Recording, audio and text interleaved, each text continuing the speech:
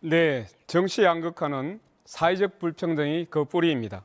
지금의 정치는 상위 10% 기득권을 지키고 나머지 90% 시민들과는 점점 더 멀어지고 있습니다.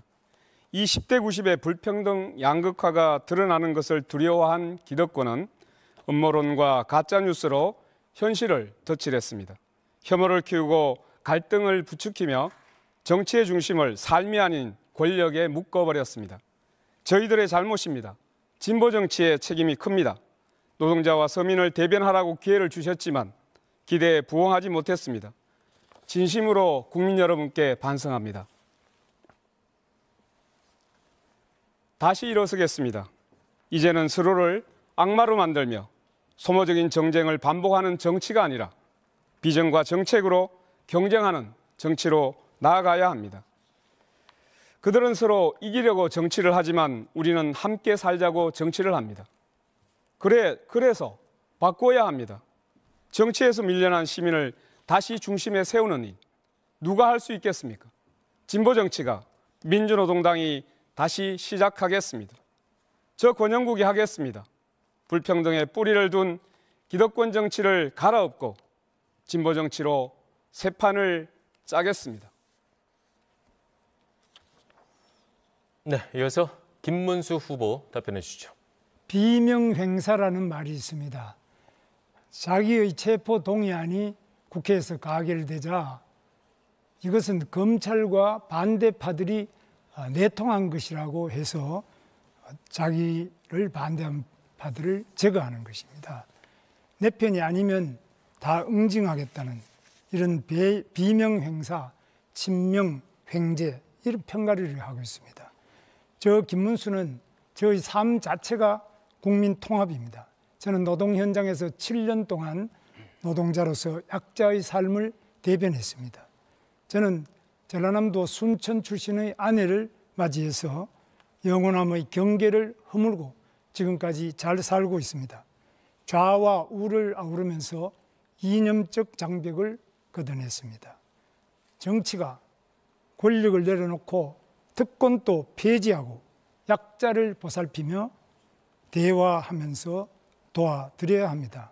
제가 만남과 대화를 통해서 좌와 우, 노와 사, 빈부, 또 남녀, 동서, 갈등을 해소하는 통합의 정치를 하겠습니다.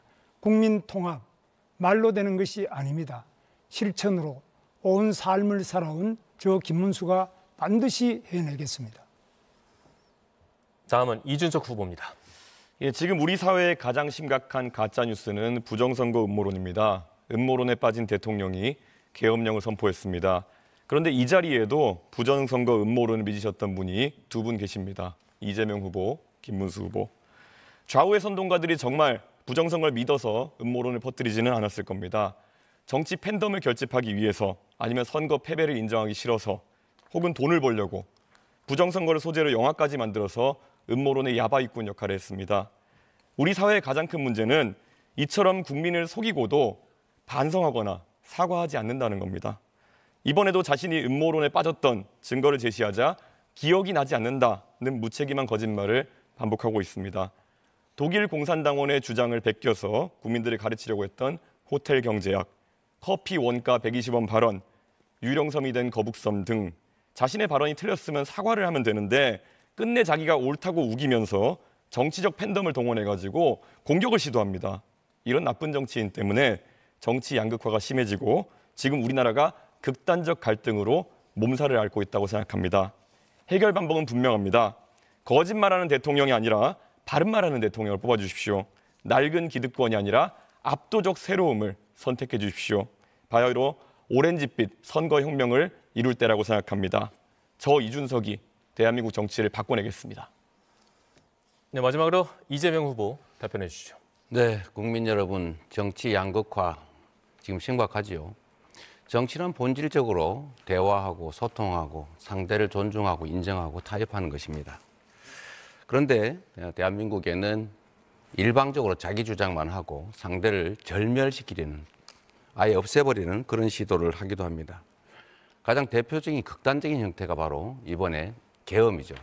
아예 야당을 전부 말살시켜버리겠다. 대한민국의 모든 권력을 혼자 갖고 영구적으로 그 권력을 누리겠다. 이게 군정을 시도한 군사 쿠데타의 본질입니다. 이런 양극화의 근본 원인은 정치적으로 실력 없는 정치 집단들이 충직하게 실력을 발휘해서 국민들로부터 신임을 받는 게 아니고 노동자와 기업, 동쪽, 서쪽, 남녀, 노소 이런 식으로 장애인, 비장애인 이렇게 갈라가지고 대립, 갈등을 시킨 다음에 그 상대편으로부터 지지를 획득하는 이런 어쩌면 게으르고 아주 나쁜 의도에서 시작된 것입니다. 양극화를 극복하는 타협하고 공존하는 정치를 만드는 것은 대통령의 가장 큰 책무입니다. 그래서 대통령이라고 합니다. 소통과 대화, 협치를 복원하겠습니다. 유능한 사람들을 편을 가리지 않고 제대로 쓰겠습니다. 실력을 인정받아서 정치적 지지를 획득하겠습니다. 그리고 야당과 대화하고 인정하겠습니다. 네, 후보들의 말씀